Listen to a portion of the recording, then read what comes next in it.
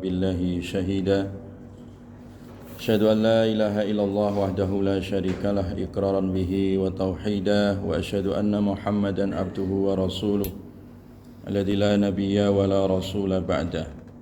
Allahumma salli wa sallim wa barik ala nabiyyina Muhammadin wa ala alihi tahirin at-tayyibin wa ashabihi ajma'in wa man sara ala nahjihim ila yaumiddin. Allahumma anfa'na bima 'allamtana wa 'allimna ma yanfa'una wa zidna ilma, amma ba'd. Baik jamaah sekalian, diberkahi oleh Allah, alhamdulillah dengan izin Allah kita bisa kembali hadir di majelis tafsir surat Maryam ya. Silakan dibuka surat Maryam ayat 16 ya.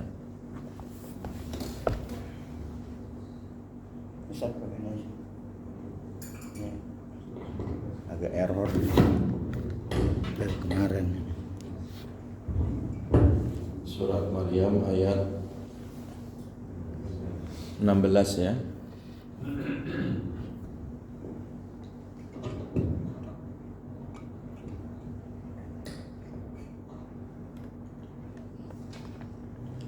Surat Maryam ayat 16.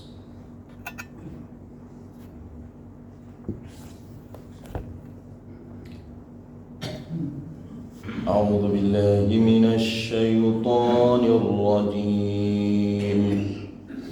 A'udzu billahi minasy syaithanir rajim. Bismillahirrahmanirrahim. Bismillahirrahmanirrahim. Wadhkur fil kitabi Maryam.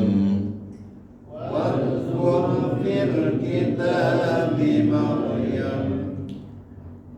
Idh tabadat min ahliha makanan syarqiyya.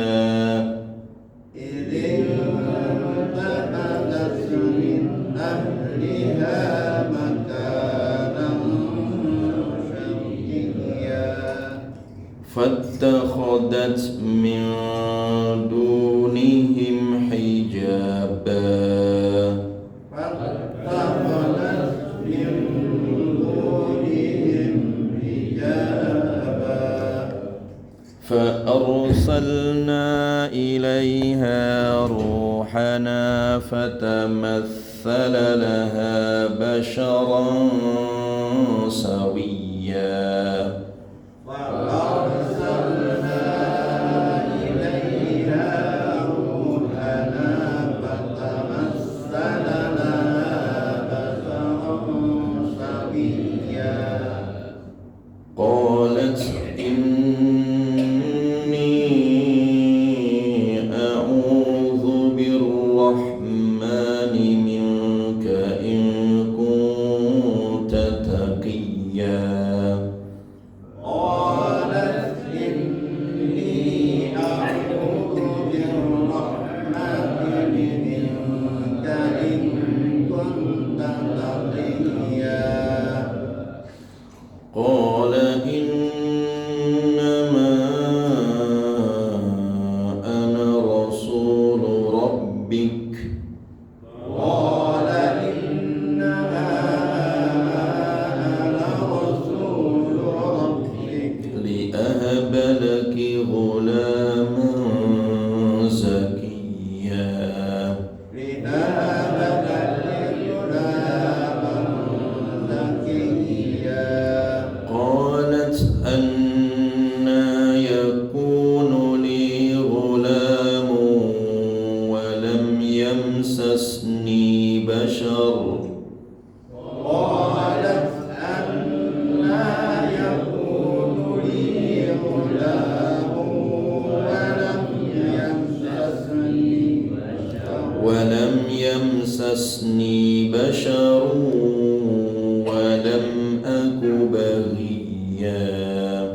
ولم يمسسني بشر ولم أكن بغيا.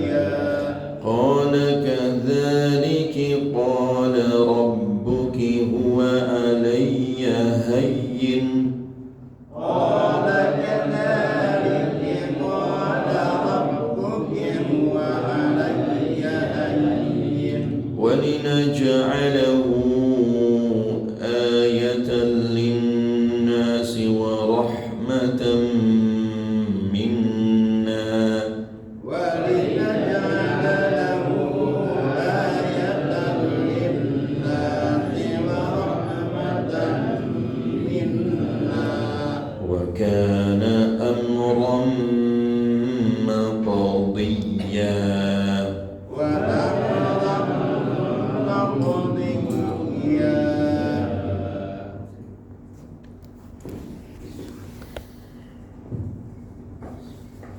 Wadhkur dan ingatkanlah atau sebutkanlah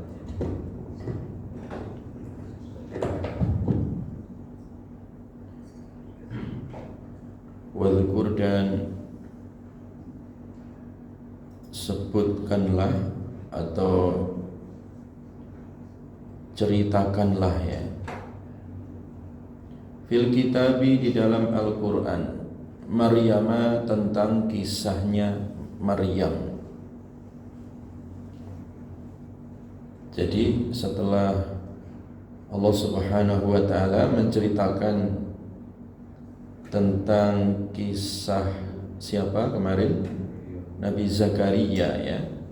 Sebelum ayat ini dikisahkan tentang Nabi Zakaria yang juga mengalami hal-hal di luar batas kemampuan manusia, bahwa Nabi Zakaria di usianya yang sudah tua, istrinya mandul, ingin mendapatkan keturunan dan terus berdoa tanpa putus asa. Masyarakat menganggapnya mustahil, tidak mungkin punya anak, tetapi kemudian Allah punya kehendak ya, punya kehendak dan punya kekuasaan ya, sehingga Nabi Zakaria dan istrinya yang divonis masyarakat mandul dan tidak punya anak, akhirnya diberikan apa? Keturunan ya, diberikan anak, pewaris dan generasi penerusnya. Jadi Allah Maha Kuasa ya, Allah berkehendak, apa yang dikehendaki oleh Allah pasti apa? Terjadi, dan tidak ada kata mustahil di sisi Allah. Sebagaimana Allah mampu memberikan keturunan kepada Nabi Zakaria dan istrinya yang sudah tua dan mandul tadi, demikian juga Allah mampu memberikan keturunan tanpa proses biologis, tanpa proses apa? Biologis kepada Maryam, alias Maryam tidak ada suami, ya kan? Tidak menikah, ya kan? Tetapi diberikan oleh Allah keturunan, diberikan anak. Jelas ya? Ini relevansi atau keterkaitan kisah Maryam dengan Zakaria ya. Jadi ayat-ayat ini nanti akan meluruskan fitnah ya. Fitnah dari orang-orang Nasrani tentang Maryam ini, dianggap Maryam hamil, punya anak, dan itu anak Tuhan. Nah, ini yang bahaya. Jadilah keyakinan agama Trinitas. Demikian juga menolak fitnah tuduhan dari orang-orang Yahudi yang mereka menuduh Maryam berzina, padahal Maryam itu ahli ibadah, bukan pezina. Jadi ayat ini meluruskan Maryam wanita yang suci. Jelas ya Mak ya, nanti alur kisah ini ya. Ini juga meluruskan fitnah zaman modern. Banyak sekarang wanita-wanita yang mengaku tiba-tiba hamil, ada tiupan angin katanya. Nah itu mah bohong, jajan itu mah, jajan di luar sana, alias selingkuh atau berzina. Bapaknya kabur ya, tidak ada tanggung jawab hamil di luar nikah namanya. Jadi jangan coba-coba juga zaman sekarang mengklaim dirinya seakan-akan seperti Maryam. Itu Maryam lahiran tanpa bapak juga. Ini juga mungkin di zaman modern. Nah, ini juga fitnah ya, syubhat yang harus diluruskan. Makanya kisah Maryam ini menjawab dari fitnah-fitnah terdahulu ya, fitnah-fitnah klasik terdahulu, dan juga fitnah-fitnah yang terjadi di zaman sekarang, zaman modern sekarang. Wadhkur fil kitabi Maryam, sebutkanlah atau ceritakanlah di dalam Al-Quran tentang Maryam ya. Idin tabadat, ketika, yaitu ketika, artinya ketika, idin tabadat, intabadat ya. Intabadat itu artinya mengasingkan diri ya. Jadi karena Maryam itu mengasingkan diri dari masyarakatnya, intabadat alias uzlah ya, menjauh dari keramaian, menjauh dan mengasingkan diri, min ahliha dari keluarganya, dari keluarga dan juga masyarakatnya tentunya ya, makanan ke satu tempat ya, syarqiyah di sebelah timur ya, sebelah timurnya Baitul Maqdis ya, arah timur. Fattakhadat, kemudian Maryam itu mengambil ya atau memasang ya, min dunihim, dari arah mereka ya, dari masyarakat ya. Maryam membuat semacam satu tempat ya yang tertutup gitu ya, hijab ya, supaya tidak dilihat oleh mata yang lewat ya, oleh keramaian masyarakat. Jadi karena Maryam itu memang wanita yang suci ya, menjaga diri ya, bukan seperti wanita-wanita yang sekarang pakai baju yang belum jadi sudah dipakai ke jalan ya, atau baju-baju yang memang menampakkan bentuk aurat ya, dan memang sengaja bersolek supaya dilihat orang sekarang ya. Kalau Maryam tidak ya, Maryam ini wanita yang suci, jadi berhijab ya. Berhijab itu artinya menjaga jarak ya, melindungi diri lah supaya auratnya tidak kelihatan. Tempatnya juga dibuat secara tertutup. Fa arsalna, kemudian kami utus ilaiha, kepada Maryam tadi, kepadanya, ruhana, yaitu roh kami. Malaikat Jibril maksudnya ya. Roh di sini maksudnya adalah malaikat Jibril. Julukannya adalah ruh ya. Kami utus Jibril untuk datang sebagai utusan ya ke Maryam. Fatamassala, kemudian tamassal itu menyamar ya. Jibril menyamar laha, terhadapnya Maryam tadi ketika datang. Jibril menyamar basyaron, seolah seperti manusia, sawiya, yang sempurna. Jadi Jibril bukan dengan wujud aslinya, tetapi Jibril menyamar wujudnya seperti apa? Manusia. Kaget kan, tiba-tiba kok ada manusia, menyamar sosok manusia laki-laki. Maryam kaget. Kan Maryam ini wanita suci yang menjaga diri, tidak pergaulan bebas ya, sehingga pemalu, kaget ya. Qalat, berkata Maryam, ini sesungguhnya aku berlindung birrahmani, kepada Allah yang maha pengasih, minka, dari engkau, in kunta, jika engkau taqiya, orang yang bertakwa.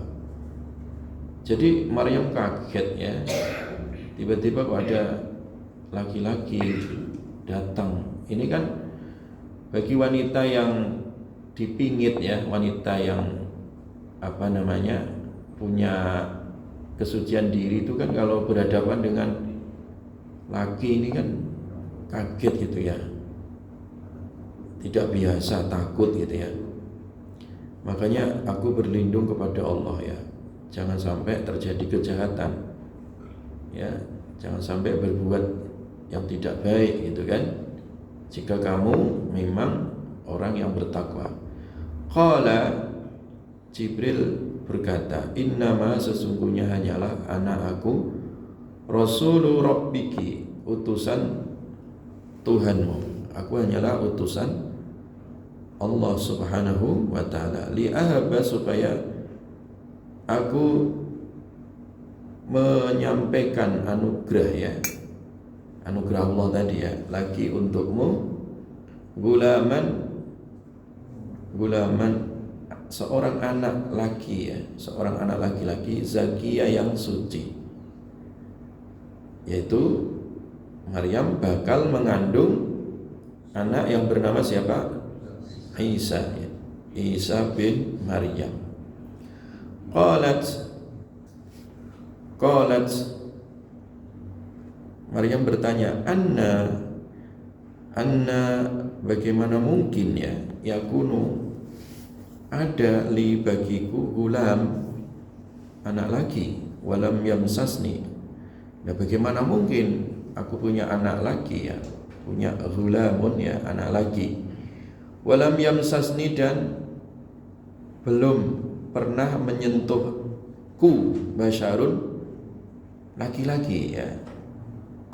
Jadi saya itu belum pernah nikah ya, belum pernah berhubungan biologis ya, tidak pernah disentuh manusia, bagaimana bisa hamil? Walam aku bagia, dan tidak aku wanita pelacur.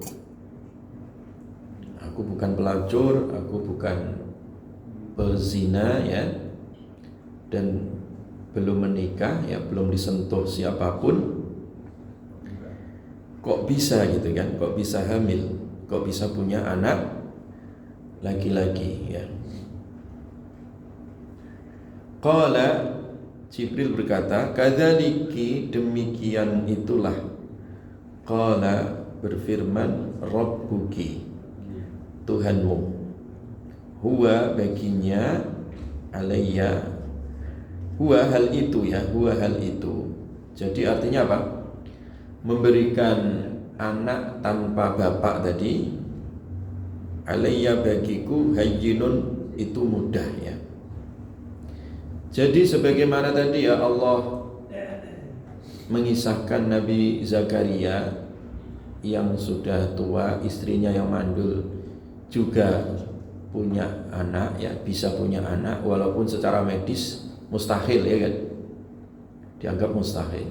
Demikian pula perkara yang dianggap mustahil, Allah juga mampu ya memberikan, yaitu apa?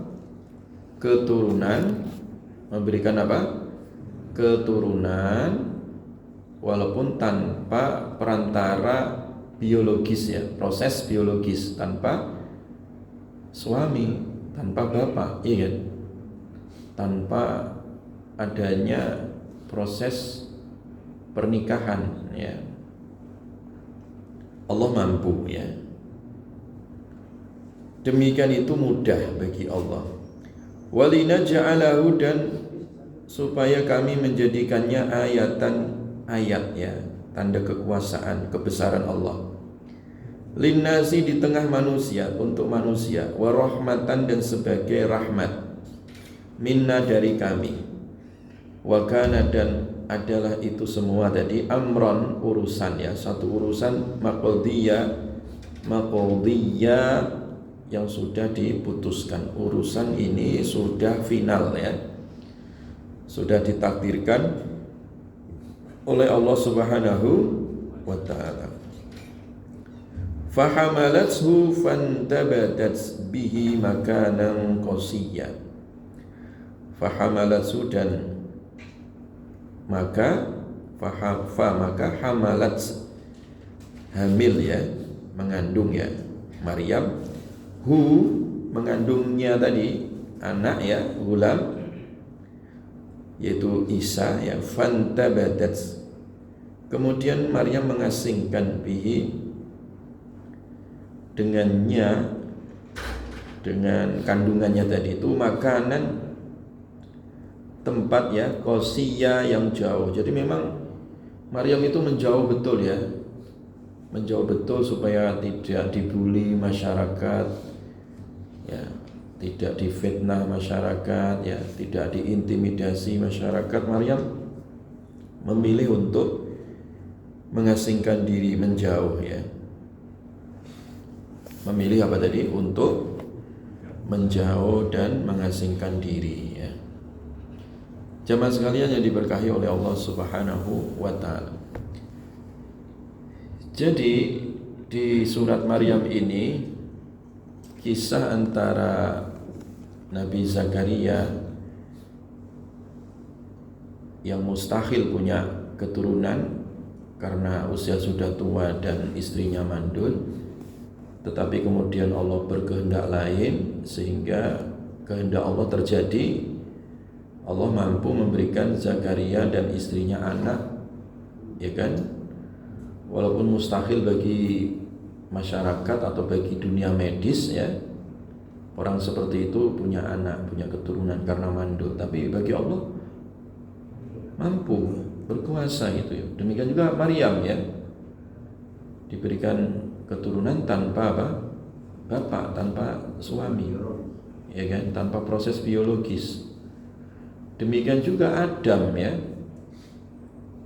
malah nggak ada bapak, nggak ada ibu ya, tidak berlaku proses biologis ya. Demikian juga siapa? Hawa ya, perempuan pertama diciptakan tanpa ibu, tapi ada bapak. Kenapa? Karena dari tulang rusuk Adam, laki-laki, perempuan itu. Jadi kekuasaan Allah itu di luar batas ya, kemampuan biologis manusia ya. Makanya teori seperti ini dalam Islam itu ranahnya adalah keimanan. Ranahnya adalah apa? Keimanan. Kalau kita hanya mempelajari di dunia ini teori-teori biologi yang diajarkan oleh teori barat, itu tidak akan percaya, ya kan? Karena yang namanya kelahiran itu kan, kalau dalam teori biologis itu apa? Harus ada proses pertemuan antara sel laki dengan sel perempuan, kan gitu tuh. Kemudian ada proses yang terjadi di rahim, akhirnya terjadi pembuahan, jadi anak itu kan. Nah, itu teori biologisnya ya. Tetapi ada yang di luar itu semua ya, hal-hal yang sifatnya biologis tadi ada di luar itu ya, yang sifatnya supra biologis ya, di luar itu, hal-hal yang di luar batas kemampuan apa? Manusia ya. Jadi di dunia ini itu ada hal-hal yang sifatnya biologi, ada yang sifatnya supra biologi. Sama kayak ada yang hal-hal yang sifatnya fisik ya, fisika itu fisik yang kelihatan, yang nampak kan. Ada yang metafisik ya, yang tidak nampak ya. Jelas ya, ada yang kelihatan nampak oleh panca indera kita, ada yang gaib. Nah gitu kan. Jadi ada dua alam di sini ya, yang disebut dengan alam syahadah dan alam apa? Gaib. Ya. Jadi selalu begitu ya, dalam kehidupan seorang muslim harus meyakini hal-hal yang nampak oleh panca indera, ada hal-hal yang memang di luar batas kemampuan apa? Panca indera. Dan itu semua dikembalikan kepada Allah Subhanahu wa taala ya. Nah, dari kisah Maryam ini kita banyak belajar. Makanya diperintahkan kisah Maryam ini untuk diceritakan ya, untuk dikisahkan. Wadhkur fil kitabi Maryam ya. Jadi itu hikmahnya ya. Jadi yang pertama itu terkait bagaimana kekuasaan Allah tanpa batas ya. Apa yang dikehendaki Allah, ketika Allah mengatakan kun ya, terjadi, maka fayakun, maka terjadi ya. Allah kalau menghendaki ya pasti, tidak ada yang bisa menghalangi ya. Jadi itu kekuasaan Allah Maha kuasa, dan itu mudah bagi Allah. Nah, yang kedua dari pelajaran kisah Maryam ini, yang kedua, bahwa wanita itu hendaklah menjaga kesucian dirinya dengan hijab tadi ya, dijelaskan di ayat ini dengan kata hijabah ya. Jadi menjaga antara dirinya dengan masyarakat ya, antara dirinya dengan laki-laki lain itu ya, dibatasi dengan apa tadi? Hijab ya, pembatas. Yang dimaksud pembatas itu artinya bahwa wanita itu harus menutup auratnya dari pandangan orang lain ya, harus ditutup, tidak boleh kelihatan ya, karena memang wanita itu pusat syahwat ya, jadi fitnah gitu ya. Makanya dari dulu sampai sekarang ya, salah satu fitnah bagi laki-laki itu adalah perempuan ya, perempuan ya. Laki-laki itu fitnahnya yang paling berat adalah perempuan ya, tidak tua tidak muda sama saja gitu, yang namanya laki-laki itu ya. Jadi sehingga diperintahkan untuk ghaddul basar ya, menundukkan pandangan. Demikian juga dari sisi wanitanya juga jangan mengumbar aurat ya, juga jangan mengumbar aurat. Makanya diperintahkan untuk berhijab ya. Berhijab itu kalau sekarang ya, maksudnya itu ya berjilbab ya, pakai jilbab ya, ditutup rambutnya, ditutup lehernya ya, jangan sampai kelihatan ya rambut, leher, juga lekuk badannya ya, dijulurkan jilbabnya, menutupi dada bagian depan, bagian belakang ya, supaya tidak mengundang apa tadi? Mengundang syahwat ya.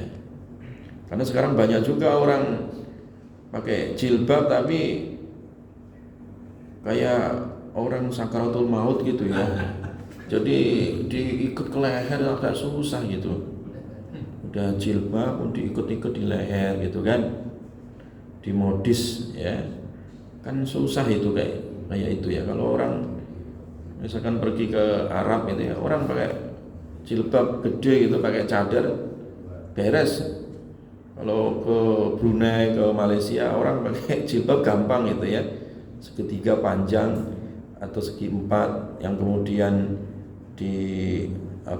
dililitkan pakai peniti itu ya kan. Kalau di kita kadang jilbabnya panjang ya, tapi diiketin ke leher. Agak susah itu ya, sehingga malah membentuk lekuk ya, bentuk tubuh ya.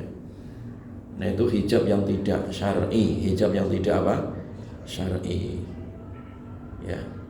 Apalagi juga ada semacam provokasi ya. Provokasi itu artinya syubhat gitu ya, pemikiran, menganggap kalau hijab atau jilbab itu hanya tradisi orang Arab katanya. Nah ini juga syubhat ini. Kalau begitu orang Indonesia nggak butuh perempuannya pakai apa? Pakai jilbab, tapi pakai konde aja ya. Atau pakai apa itu, kalau di Jawa itu pakai rambut gede itu apa namanya, sanggul atau apa ya. Nah itu katanya tradisi Indonesia, ya padahal bukan ya. Kalau dalam Islam perempuan tetap menggunakan apa, hijab ya, menggunakan jilbab ya, jelas ya. Jadi anak-anak perempuannya, istrinya ya, cucunya, saudari perempuannya hendaklah diajarkan ya supaya menggunakan apa, hijab ya, menggunakan apa, hijab. Insya Allah nanti kondusif ya, pergaulan juga aman gitu ya, mata laki-laki juga aman ya, kondusif gitu ya. Nah sekarang ini kan jaga mata itu agak susah gitu ya, mau ke depan, ke kanan, di kiri, ke belakang sama semua gitu ya. Apalagi kalau orang naik kereta bingung gitu ya, depannya perempuan, samping perempuan, tidak pakai hijab ya. Makanya banyak sekarang kasus-kasus pelecehan ya di kereta, di tempat-tempat umum. Itu yang salah siapa? Dua-duanya salah gitu. Dua-duanya apa? Salah.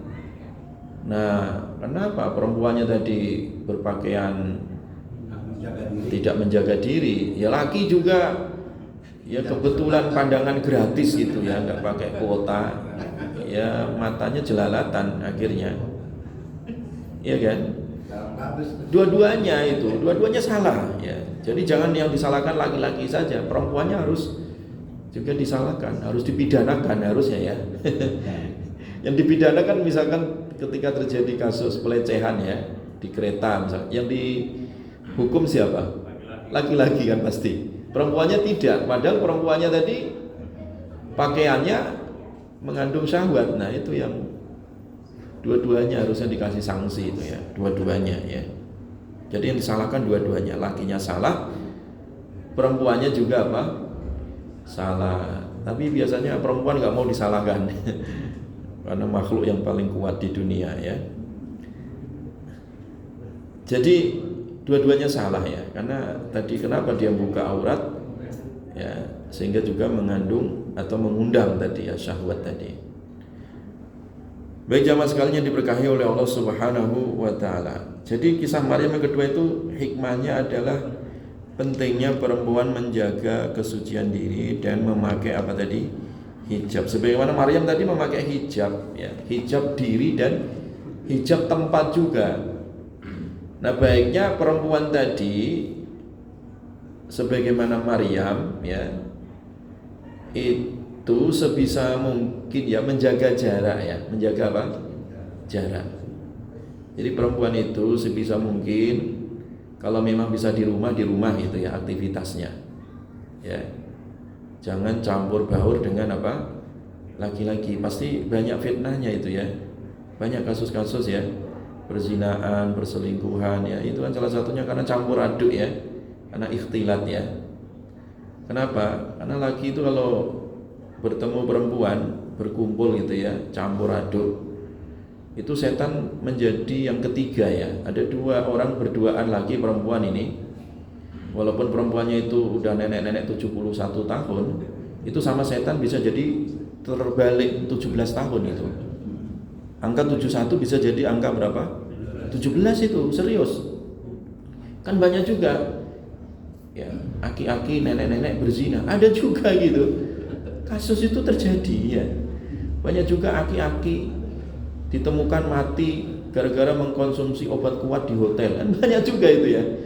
La haula wala quwata illa billah ya. Naudzubillah itu ya. Jadi artinya kejadian-kejadian seperti itu, naudzubillah min dzalik ya.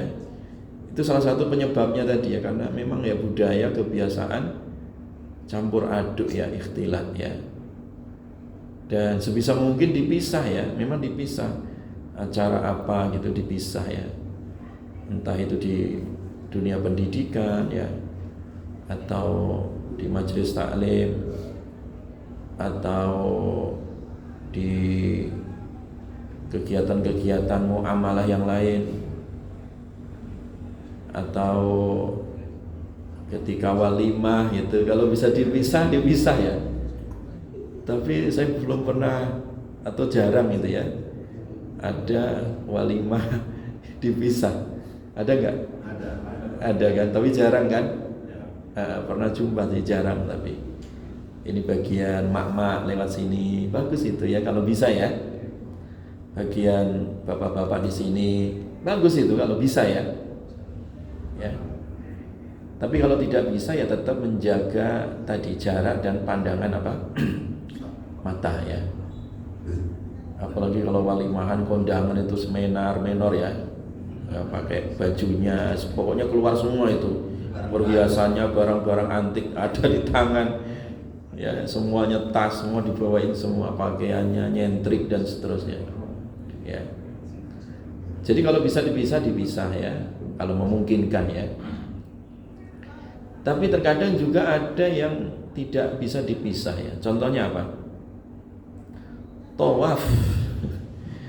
Tawaf di sekeliling Ka'bah itu susah dipisah itu. Susah. Sulit. Dulu pernah ya ada kebijakan dari pemerintah Arab Saudi, kebijakan Masjidil Haram. Ini cerita guru saya ya, dari Mekah, beliau ceritakan dan mengalami peristiwa itu dulu, kata guru saya ya, kata syekh saya itu, beliau ceritakan ya. Saya dapat cerita ketika dulu belajar di Mekah di Rabithah Alam Islami, kata syekh kami, beliau cerita mengalami waktu itu ya, pernah tawaf di Masjidil Haram itu sekeliling Ka'bah dipisah laki dan perempuan. Apa yang terjadi? Istri kehilangan suami. Kan pisah itu, sulit kan? Ya kan? Anak perempuannya hilang dari bapaknya, ya kan? Akhirnya malah madorotnya lebih apa? Lebih besar. Sehingga sampai sekarang itu area tawaf bagian bawah ya, yang bagian bawah itu, yang sekeliling Ka'bah pas itu, ya, itu nggak dipisah sampai sekarang. Kenapa tadi alasannya? Madorotnya lebih apa? Lebih besar ya. Kalau mau tawafnya di atas sih itu agak kondusif ya. Tapi kalau di sekitar Ka'bah itu nggak mungkin juga dipisah. Pernah diuji coba tapi gagal ya. Ya, dan madorotnya lebih apa? Besar. Jelas ya. Tetapi juga ya, walaupun kondisinya seperti itu ya harus tetap menjaga pandangan mata ya. Ya kadang terjadi juga pelecehan di sekitar Ka'bah juga ya, namanya manusia. Iya, namanya manusia. Ya. Jadi setan juga ikut ngintip-ngintip itu ketika orang tawaf ini ya, di apa, palingkan atau mata laki itu dibuat tajam, karena di situ kan campur aduk ya, laki perempuan itu ya. Ya, perempuan ada yang cantik, yang tidak cantik, orang tahu semua itu kan. Ya, artinya kalau tidak menjaga pandangan mata juga bahaya, ibadahnya bisa jadi tertolak kan gitu ya. Jadi sekali lagi ini adalah Maryam tadi ya, memberi contoh bahwa perempuan itu harus menjaga jarak ya dari laki-laki ya, harus menjaga kesucian apa? Kesucian diri. Maka Maryam memilih untuk apa? Beruzlah ya, mengasingkan diri. Tapi masalahnya kalau sekarang orang mau mengasingkan diri juga selama masih megang HP, gadget ya, dan masih ada wifi-nya, ya susah juga, Sherlock akhirnya malah. Karena sekarang orang bisa video call, wah rusak juga zaman sekarang itu ya. Kelihatannya anteng di rumah gitu kan, anak perempuannya dipingit di kamar gitu kan, tapi wifi rumah masih nyala, itu anak juga keliaran kemana-mana itu. Makanya banyak kasus ya, dikira anak perempuannya pendiam gitu kan, solehah gitu kan, ternyata sekarang juga ada praktek pacaran online ya kan. perzinaan online. Nah, sekarang itu wah sangat mengerikan itu ya. Makanya uzlah atau mengasingkan diri zaman sekarang itu salah satunya tidak sekedar tempat ya, tidak sekedar apa? Tempat. Mungkin kalau di zamannya Maryam tadi tidak ada wifi, tidak ada apa? Wifi, tidak ada HP gitu kan. Nah, jadi aman gitu. Tapi kalau sekarang mengasingkan diri tempat itu tidak aman gitu ya. Selama masih ada apa tadi? Jaringan wifi gitu.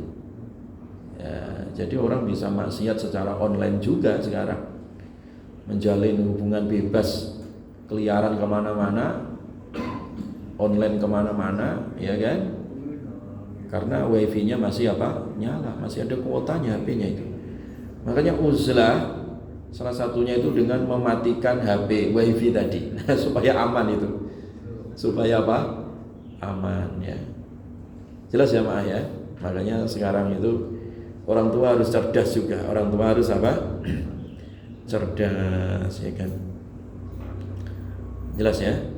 Jadi itu makna intabadat ya, mengasingkan diri. Ya, makna mengasingkan diri zaman sekarang itu tidak cukup menjaga jarak dari sisi tempat, tetapi juga menjaga pergaulan secara digital, dijaga jaraknya, dibatasi ya, dibatasi. Karena banyak predator ya.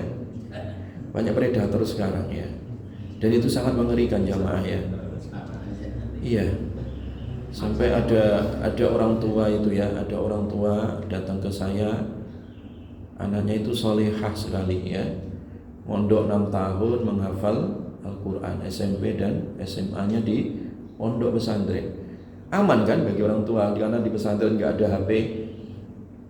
Hafal Al-Quran, iya hafal 30 juz hafal. Nah ketika keluar dari pondok itu kemudian dikasih kebebasan sama orang tuanya, ngekos di luar, kemudian dipegangin HP kan gitu. Apa yang terjadi? Ya itu tadi, walaupun di kamarnya, tapi selama wifi masih nyala, ya kan dia akhirnya menjalin hubungan online tadi. Kena predator, kena apa? Predator. Karena sekarang wajah jelek pun ya, kalau di TikTok atau di apa, di media sosial itu bisa jadi ganteng, bisa jadi cantik. Nenek-nenek itu loh bisa jadi cantik. Kakek-kakek itu yang udah keriput semua itu bisa kenceng semua kulitnya, kinclong kayak apa namanya, kayak artis itu. Glowing ya. Padahal bukan keriputan itu. Kena seperti itu ya. Anaknya kena predator seperti itu. Akhirnya suatu ketika itu si anak janjian ketemuan gitu, maka terjadilah apa yang tidak diinginkan itu. Akhirnya berzina gitu. Saya tanya, kok bisa sampai berapa kali? 5 kali katanya. La haula wala quwata illa billah, astagfirullah gitu ya. Nauzubillah, itu terjadi ya. Bapaknya nangis-nangis itu ya, ibunya sampai stres itu ya, dan sampai rumahnya dijual karena malu ya, pindah dia. Karena selama ini dia dianggap anak solehah gitu ya, tetapi kena apa tadi? Predator. Kena apa? Predator, pergaulan digital ya kan. Makanya hati-hati ya ibu-ibu yang punya anak perempuan, anak laki juga sama ya, jangan dibiarkan. Karena sekarang anak-anak sekarang itu kan makanannya itu bukan nasi uduk, nasi pecel ya. Makanannya itu wifi anak sekarang itu. Makanannya kuota, makanya kalau HP-nya itu nggak ada kuotanya stres, marah-marah, duit bapaknya diambilin, habis semua itu pasti untuk beli kuota atau wifi itu. Dan kopi, makanannya itu 2, kopi sama apa? Wifi. Rokok yang ketiga. Itu pokoknya anak-anak sekarang itu. Ya Allah, kalau pagi saya itu suka belanja itu di warung. Itu anak-anak mau sekolah, itu jajannya itu apa coba? Rokok gitu. Rokok gitu kan, ada koreknya itu dicantol itu. Ya Allah, bocah-bocah usia SMP kok ada rokokan kayak gitu. Duit yang harusnya untuk sarapan, dia nggak sarapan. Nggak penting itu sarapan. Sarapannya itu asap sama wifi tadi. Nah, itu anak-anak sekarang. Makanya kenapa warmindo, warkop atau apa namanya kafe-kafe di Jalan Johar itu kan penuh itu. Dan sekarang itu loh, rokoknya itu rokok digital, kayak pulpen, dikira pulpen, tapi keluar asapnya gitu. Anak sekarang itu, bahkan anak sekarang itu gas pun dimakan itu ya. Apa yang sekarang itu ya, kasus ada kematian gara-gara menghirup gas roti itu loh. Apa, vaping atau apa istilahnya itu ya, gas roti. Itu ketika dihirup itu kan ngeflare, pengganti narkoba gitu. Wis ngeri sekarang, ngeri. Makanya hati-hati.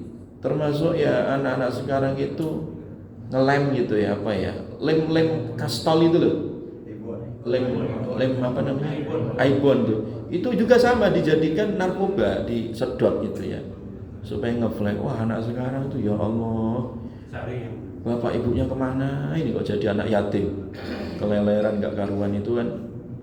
Karena itu tadi ya, orang tuanya kadang dikibulin, gak ngerti orang tuanya gitu, bukan orang tuanya menyuruh, dan terkadang bukan membiarkan, karena anaknya tadi lebih pintar tadi, pergaulan melalui media sosial yang sekarang marak itu ya, sampai orang belajar jadi maling itu pakai YouTube sekarang.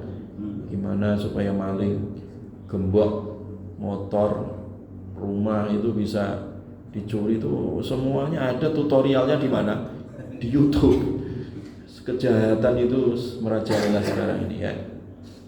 Maka oleh karena itu tadi, menjaga diri dari keluarga kita dari perbuatan-perbuatan nista seperti itu kan adalah tugas ya bagi orang tua ya. Jelas jamaah ya. Nah, kemudian yang terakhir ya. Jadi setelah tadi Maryam mengandung ya, mengandung atas kekuasaan Allah ya. Jangan dipahami ini anak Tuhan sebagaimana orang-orang apa? Nasrani, tidak ya. Dan juga jangan dipahami itu anak zina sebagaimana tuduhan orang-orang Yahudi kan gitu. Tapi ya ini manusia suci, lahir dari rahim yang suci, yaitu Maryam, kemudian punya anak Isa ya, Nabi Isa ya. Nah, disinilah ya sebagai tanda kekuasaan Allah Subhanahu wa ta'ala. Walinaj'alahu ayatan linnas, dan kami jadikan ini sebagai ayat kekuasaan Allah di tengah-tengah apa? Manusia. Wa rahmatan minna, dan rahmat dari kami. Dan karena ini adalah skenario yang sudah ditulis ya, maka terjadi wa kana amran maqdiya. Ya terjadi. Apa yang dikehendaki oleh Allah itu pasti apa? Terjadi ya. Pasti terjadi ya. Makanya di Al-Qur'an itu semua nama-nama nabi itu disebut secara tunggal ya. Ibrahim, Musa, ya kan? Nuh, Lut, Adam, Hud, Saleh, dan semuanya, Idris ya. Kecuali Isa. Penyebutan Isa itu selalu ditambah dengan Isa bin Maryam ya. Isa bin Maryam, selalu begitu ya. Jadi selalu ditambah dengan apa? Isa bin Maryam ya, atau Ibnu Maryam ya. Jadi Al-Masihu Isa bin Maryam, Isa ibnu Isa bin Maryam, selalu begitu ya dalam Al-Qur'an ya. Untuk membantah tuduhan orang Nasrani, karena mereka menganggap Isa itu bin Allah gitu. Nah itu, Isa anak Tuhan, kan gitu kan. Kan ada Tuhan Bapa, Tuhan Allah, ada Tuhan Ibu, ada Tuhan Anak. Nah itulah keyakinan orang-orang apa? Nasrani yang disimpangkan oleh para pendeta-pendeta apa? Mereka ketika memahami ya kasusnya Maryam ini ya, memahami sejarah Maryam ini ya. Makanya kenapa Al-Qur'an memerintahkan untuk diluruskan ya tentang kisah Maryam ini, ya tujuannya dakwah juga. Ayat ini juga perintah agar mendakwahi mereka orang-orang Nasrani yang selama ini keliru ideologinya, keyakinannya, yaitu keyakinan Trinitas tadi, agar diluruskan bahwa Isa itu bin Maryam, bukan bin Tuhan, ya. Dan meluruskan akidah orang Yahudi yang menuduh Maryam sebagai wanita pezina. Nah, ini juga harus diluruskan. Dan meluruskan pula fitnah tuduhan zaman kita sekarang, wanita-wanita yang ngaku hamil tanpa ada proses suami, padahal dia berzina. Nah, kan ada kan itu di YouTube itu. Ternyata ketika diusut kasusnya, ya, dan lahir anaknya, ternyata dia berzina dengan tetangganya gitu ya, dengan tukang bangunan ya, atau dengan orang lain gitu ya. Jadi itu kisah tentang apa? Maryam. Wallahu a'lam bishawab. Ada pertanyaan jemaah? Subhanakallahumma bihamdika asyhadu an la ilaha illa anta astaghfiruka wa atubu ilaik.